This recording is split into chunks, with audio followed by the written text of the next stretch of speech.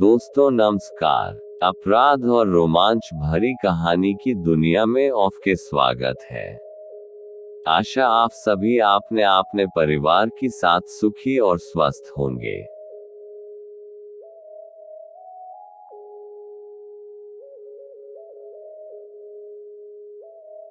पटना के रहने वाले रजनीश ने शादी.com पर इंदौर की सृष्टि जैन का प्रोफाइल और फोटो देखा तो उसे मिलने के लिए फ्लाइट का टिकट भेजकर पटना बुला लिया। लेकिन सृष्टि के पटना आने पर ऐसा क्या हुआ कि रजनीश को अपने हाथ उसके खून से रंगने पड़े। सुबह के 10 बज रहे थे। सोमवार का दिन होने की वजह से सड़कों पर कुछ ज्यादा ही भीड़ भाड़ थी। पटना के मीठापुर का भी वही हाल था। सड़कों पर भीड़भाड़ की वजह से गाड़ियां सर्कस रख कर चल रही थी। उसी भीड़ में एक ऑटो भी हॉर्न बजाता हुआ आगे निकलने की कोशिश में लगा था। उसमें एक लड़की बैठी थी जो ऑटो ड्राइवर से बार बार जल्दी से जल्दी पटना जंक्शन रेलवे स्टेशन पर पहुंचाने को कह रही थी। लेकिन भीड़ की वजह से ऑटो आगे बढ़ नहीं पा रहा था। ऑटो में बैठी लड़की कभी अपनी घड़ी देखती तो कभी ऑटो से सिर बाहर निकालकर पीछे की ओर देखती। जैसे ही ऑटो चाणक्य लॉ यूनिवर्सिटी के पास पहुंचा, एक सफेद रंग की बुलेट मोटरसाइकिल पीछे से आकर ऑटो के साथ साथ चलने लगी। उस पर 2 युवक सवार थे। उन्हें देखकर लड़की घबरा गई और उसने ड्राइवर से ऑटो भगाने को कहा। लेकिन भीड़ की वजह से ऑटो ड्राइवर ऑटो भगा नहीं सका।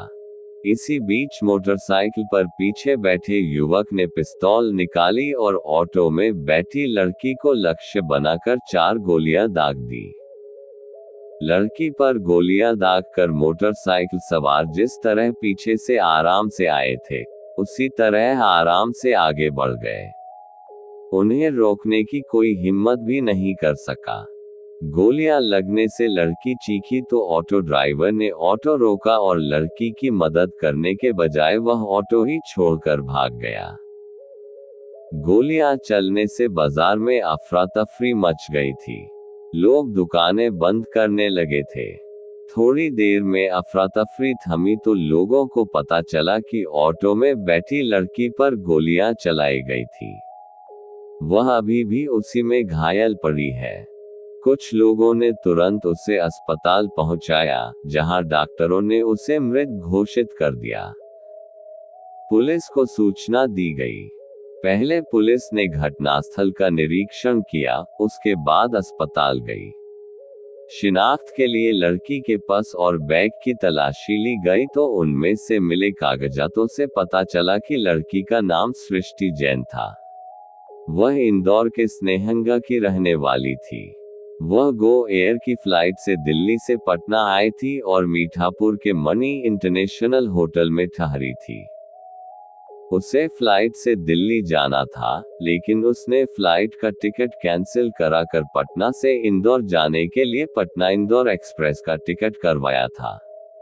सुबह 10 बजे वह होटल छोड़कर ऑटो से पटना जंक्शन रेलवे स्टेशन जा रही थी, तभी रास्ते में उसे गोली मार दी गई थी। इसके बाद 11 बजे के करीब उसकी मां ममता जैन ने सृष्टि के मोबाइल पर फोन करके पता करना चाहा कि क्या वह ट्रेन में बैठ गई है तो किसी पुलिस वाले ने फोन रिसीव करके उन्हें बताया कि सृष्टि को गोली मार दी गई है और वह अस्पताल में है। जिस समय सृष्टि को गोली मारी गई थी, auto driver Raj Kapoor Singh auto छोड़कर भाग गया था। पुलिस ने उसके ऑटो में लिखे पुलिस कोड J647 से उसका मोबाइल नंबर और पता लेकर उसे फोन किया। वह परसा बाजार के पूर्वी रहीमपुर गांव का रहने वाला था। थाने आने पर ऑटो ड्राइवर राजकपूर सिंह से पूछताछ की गई तो उसने बताया कि लड़की पर गोली चलाए जाने के बाद वह काफी डर गया था। वह उस लड़की को लेकर स्टेशन जा रहा था, तभी चाणक्य लॉ यूनिवर्सिटी के पास बुलेट मोटरसाइकिल से 2 लड़के आए और उनमें से पीछे बैठे लड़के ने लड़की को गोली मार दी थी। गोली मारकर वे करबिगहिया की ओर गए थे। पुलिस ने जब सृष्टि के पिता सुशील जैन से बातचीत की तो उन्होंने बताया कि शादी.com पर 20 दिनों पहले उनकी छोटी बेटी शगुन ने मृतका सृष्टि का प्रोफाइल डाला था। बिहार का कोई लड़का उसे पसंद आ गया था तो वह उसी से मिलने पटना आई थी। जब सृष्टि की बहन शगुन से पूछताछ की गई तो उसने बताया था कि शादी.com पर सृष्टि का प्रोफाइल देखकर पटना के रजनीश की ओर से उसके लिए विवाह का प्रस्ताव आया था। रजनीश सृष्टि को अपने घर वालों से मिलवाना चाहता था, इसीलिए उसने सृष्टि को पटना बुलवाया था। रजनीश ने ही सृष्टि के लिए फ्लाइट का टिकट भी भेजा था और पटना में ठहरने के लिए होटल का भी इंतजाम किया था। सुबह 11:35 पर वह पटना पहुंची थी और मनी इंटरनेशनल होटल के कमरा नंबर 106 में ठहरी थी। उसी दिन दोपहर 2:10 पर रजनीश सिंह ने अपने दोस्त राहुल के साथ उसी होटल में कमरा नंबर 107 बुक कराया था। होटल के रजिस्टर में उसने अपने पिता का नाम राजेश्वर प्रसाद सिंह और पता राघोपुर, जिला वैशाली लिखा था। सभी होटल से निकल गए थे, लेकिन कुछ देर बाद सृष्टि होटल लौट आई थी और इस बार वह कमरा नंबर 103 में ठहरी थी। उसने होटल मैनेजर को बताया था कि उसका टिकट कंफर्म नहीं हुआ, इसलिए वह वापस आ गई थी। एक बार फिर रजनीश अपने दोस्त राहुल के साथ होटल पहुंचा और सीधे सृष्टि के कमरे में गया। होटल के मैनेजर राजकुमार के अनुसार इस बार रजनीश सृष्टि के कमरे पर गया तो दोनों के बीच किसी बात को लेकर बहस होने लगी। जल्दी ही इस बहस ने तल्खी का रूप ले लिया। इस कहासुनी में सृष्टि बार बार कह रही थी कि अब वह उसके पीछे नहीं आएगा, जबकि रजनीश उसे धोखेबाज कह रहा था।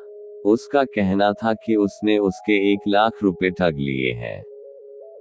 रजनीश से मिलने के बाद सृष्टि ने अपने घर वालों को फोन करके बताया था कि रजनीश उसे ठीक आदमी नहीं लगता। उसके पास पिस्तौल भी है, जिसे लेकर वह घूमता है। वह एयरपोर्ट पर भी पिस्तौल लेकर आया था। वह ऐसे आदमी से कतई विवाह नहीं करेगी, बाकी बातें वह इंदौर लौटकर बताएगी। सृष्टि की मां ममता जैन ने बताया था कि रजनीश ने उनसे भी फोन पर मीठी मीठी बातें की थी। वापस आने के लिए सृष्टि को फ्लाइट पकड़ने के लिए एयरपोर्ट पर गई थी, लेकिन फ्लाइट नहीं मिली। इसके बाद उसने पटना इंदौर एक्सप्रेस से लौटने का टिकट लिया था। सृष्टि के पिता सुशील जैन मूल रूप से राजस्थान के उदयपुर के रहने वाले थे। 4 साल पहले ही वह इंदौर आकर रहने लगे थे। यहाँ वह एक प्राइवेट कंपनी में नौकरी करते थे। उनके परिवार में पत्नी ममता जैन के अलावा 2 बेटियां, बड़ी सृष्टि और छोटी शगुन थी। सृष्टि ने उदयपुर से MBA किया था, जबकि शगुन 12वीं में पढ़ रही थी। उनका परिवार इंदौर के स्नेहंगा में रहता था। इसके पहले वह खातीवाला टैंक में अनमोल पैलेस में फ्लैट नंबर 402 में रहते थे। इंदौर की कई कंपनियों में काम करने के बाद सृष्टि दिल्ली में इंडिया बुल्स कंपनी में टीम लीडर के पद पर काम कर रही थी। पिछले महीने उसने ये नौकरी छोड़ दी थी और दूसरी कंपनी में नौकरी पाने की कोशिश कर रही थी। नौकरी छोड़ने के बाद सृष्टि इंदौर आकर मां बाप के साथ रह रही थी। लाश के निरीक्षण के दौरान पुलिस ने देखा था सृष्टि के हाथ पर RS अक्षर का टैटू बना था, जिससे अंदाजा लगाया कि यह रजनीश सृष्टि लिखा है। उसके दूसरे हाथ पर some love one, some love you, I love you, that is you लिखा था। पुलिस ने होटल के CCTV कैमरे की फुटेज निकलवा कर चेक की तो उसमें सृष्टि से जुड़ी कई बातें सामने आईं। फ्लाइट न मिलने पर जब वह होटल लौटी तो उसकी मुलाकात बंगलुरु के रहने वाले सुरेश रेड्डी से हुई। फुटेज में वह होटल के रिसेप्शन काउंटर के पास वाले सोफे पर रेड्डी के साथ बैठी हुई दिखाई दे रही थी। सृष्टि ने रेड्डी के साथ सेल्फी लेने की बात कही तो पहले तो उसने मना कर दिया। बातचीत में सृष्टि ने उसे बताया था कि वह इंदौर से पटना आए है। वह एक मोबाइल फोन खरीदना चाहती है, वह चलकर खरीदवा दे। इसके बाद रेड्डी उसे ऑटो से बाजार ले गया था। रेड्डी अपनी कंपनी के काम से पिछले 15 दिनों से उस होटल में ठहरा था। फुटेज से यही लगता था कि 24 जनवरी को सृष्टि और रेड्डी की मुलाकात थोड़ी ही देर में दोस्ती में बदल गई थी। होटल से निकलने के बाद उन्होंने 10,000 रुपए का मोबाइल फोन खरीदा था। मोबाइल का बिल रेड्डी के नाम से बना था। इसके बाद दोनों नाइट शो फिल्म देखकर देर रात होटल लौटे थे। होटल स्टाफ ने भी पुलिस को उनके देर से लौटने की बात बताई थी। पुलिस सूत्रों के अनुसार सृष्टि के मोबाइल फोन के मेमोरी कार्ड से पुलिस को कुछ आपत्तिजनक वीडियोज मिले थे, लेकिन पुलिस इस बारे में कुछ नहीं बता रही है। मेमोरी कार्ड से पता चलता है कि सृष्टि विवाहित थी, लेकिन वह ऑनलाइन साथी की तलाश में थी।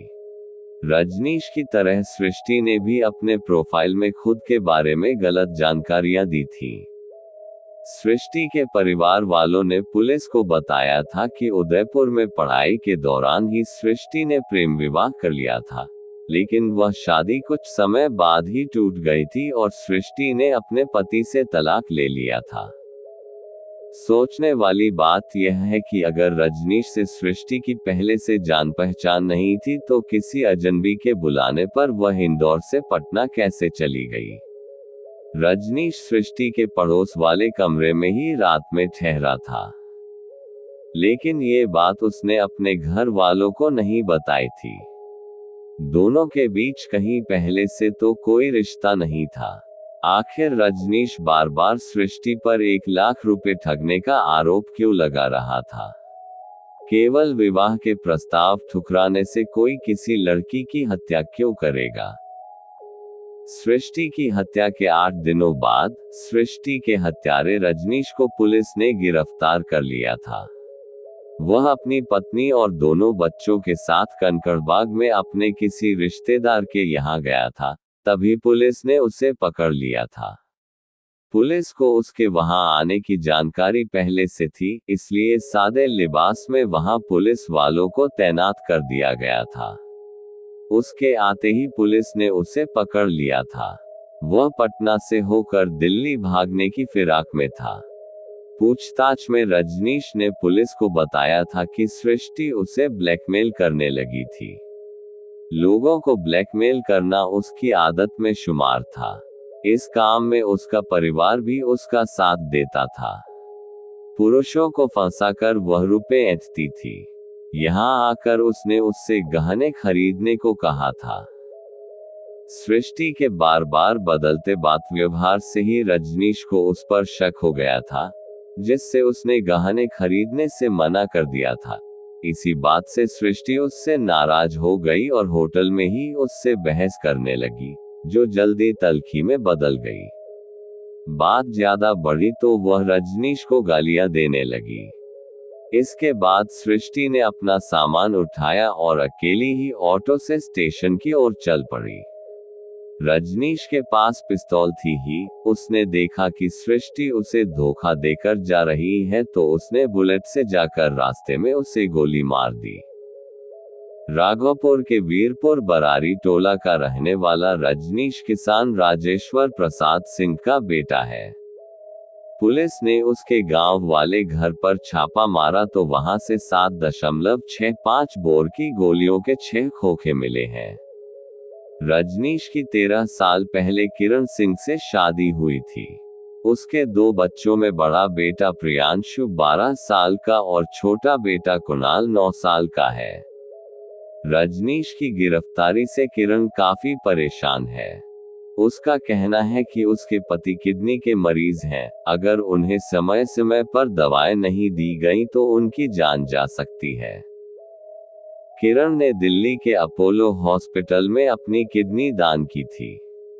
दूसरी किडनी रजनीश के बड़े भाई अनिल ने दी थी, जिसकी वजह से उसे दिन में 3 बार दवा खानी पड़ती है।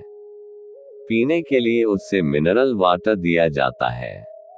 सृष्टि के पिता का कहना है कि रजनीश पुलिस को बेमतलब की कहानियां गढ़कर सुना रहा है। हत्या को लेकर भी वह पुलिस को बरगला रहा है। सृष्टि की मां का कहना है कि किसी अनजान लड़की से 5-10 दिनों की बातचीत में रजनीश ने 2.5 लाख रुपए से ज्यादा उस पर कैसे और क्यों खर्च कर दिए। 4 जनवरी को सृष्टि की बहन शगुन ने उसकी शादी का प्रोफाइल शादी.com वेबसाइट पर डाला था। उसके 10 दिनों बाद रजनीश की ओर से शादी का प्रस्ताव आया था। रजनीश ने बताया था कि उसके पिता की मोटरसाइकिल की एजेंसी है, जिसका सालाना कारोबार 70-80 लाख रुपए का है। अपने बारे में उसने बताया था कि वह आईपीएस की तैयारी कर रहा है। उसके इसी प्रोफाइल और प्रस्ताव के बाद ही सृष्टि उससे मिलने पटना आई थी। पुलिस सूत्रों से मिली जानकारी के अनुसार रजनीश की तरह सृष्टि ने भी शादी के वेबसाइट पर अपने बारे में गलत जानकारियां दे रखी थी। उसने पहले विवाह और तलाक के बारे में बिल्कुल नहीं बताया था। रजनीश तो गलत था ही, सृष्टि भी अपने बारे में गलत जानकारी देकर दोबारा शादी की फिराक में थी। पुलिस पूछताछ में रजनीश ने सृष्टि की हत्या का अपना अपराध स्वीकार कर लिया था। उसने सृष्टि से हुई जान पहचान के बारे में पुलिस को जो बताया था, उसके अनुसार उसने सृष्टि पर काफी रुपए खर्च कर दिए थे। इसके बाद भी वह उससे और कई चीजें खरीदने को कह रही थी। इससे उसे लगा कि यह काफी खर्चीली है। अब तक वह उससे करीब 2 लाख रुपए खर्च करवा चुकी थी। रजनीश ने सृष्टि के पास एक नया मोबाइल फोन देखा, जिसमें सृष्टि ने सुरेश रेड्डी के साथ सेल्फी ले रखी थी। वह फोटो देखकर उसके दिल को काफी गहरी ठेस लगी। रजनीश की अपनी पत्नी से बिल्कुल नहीं पटती थी, इसीलिए वह दूसरी शादी के बारे में सोच रहा था।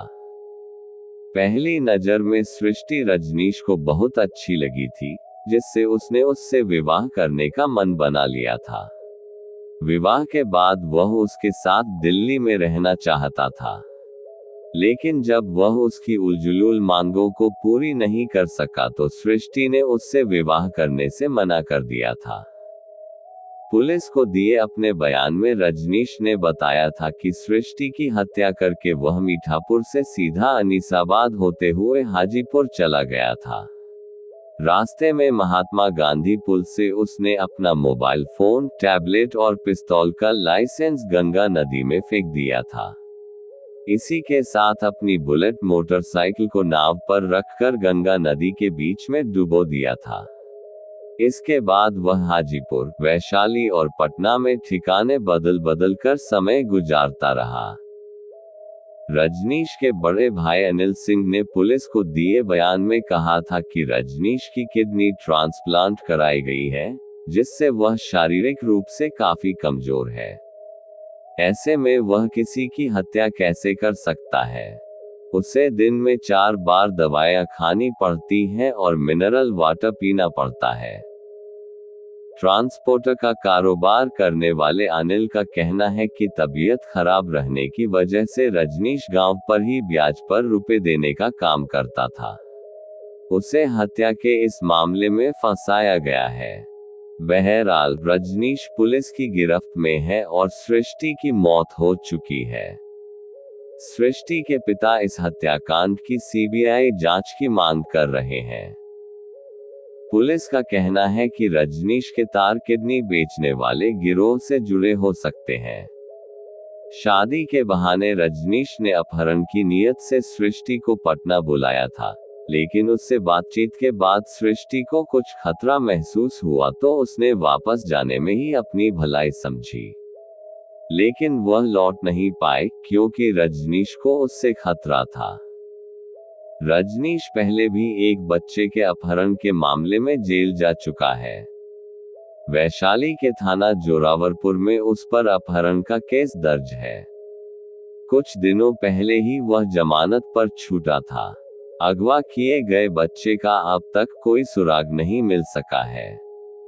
पुलिस जांच में पता चला है कि बच्चे का अपहरण किडनी निकालने के मकसद से किया गया था।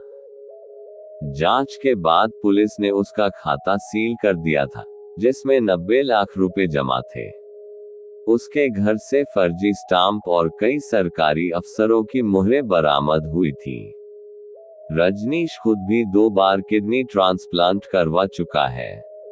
पुलिस ये पता कर रही है कि जिस डॉक्टर ने उसकी किडनी ट्रांसप्लांट की थी, कहीं रजनीश उस डॉक्टर या अस्पताल के साथ मिलकर किडनी बेचने का रैकेट तो नहीं चला रहा था। पुलिस को जानकारी मिली है कि सृष्टि ने दिल्ली में किसी डॉक्टर के यहाँ भी काम किया था। हो सकता है रजनीश की किडनी ट्रांसप्लांट के दौरान उनकी जान पहचान हुई हो। दोनों के बीच रुपयों को लेकर होटल में हुई बहस कहीं किडनी खरीद बिक्री के रैकेट से तो नहीं जुड़ी थी। रजनीश भी पिछले कुछ दिनों से दिल्ली में ही रह रहा था और किडनी ट्रांसप्लांट कराने वाले मरीजों को किडनी मुहैया कराने की दलाली का काम करने लगा था। इस काम से उसने काफी पैसे कमाए थे। वह जब भी अपने गांव वीरपुर आता था, दोस्तों पर खूब पैसा खर्च करता था। लेकिन सृष्टि के पिता का कहना है कि सृष्टि और रजनीश की पहले से जान पहचान और प्रेम प्रसंग की बात बिल्कुल गलत है। तो दोस्तों, ये थी आज की कहानी। आशा कहानी आप लोगों को पसंद आई होगी। मेरा रिक्वेस्ट है कि प्लीज मेरा चैनल को सब्सक्राइब कर दे ताकि ऐसी रोमांचक कहानी मैं आप तक पहुंचा सकूं। Thank you.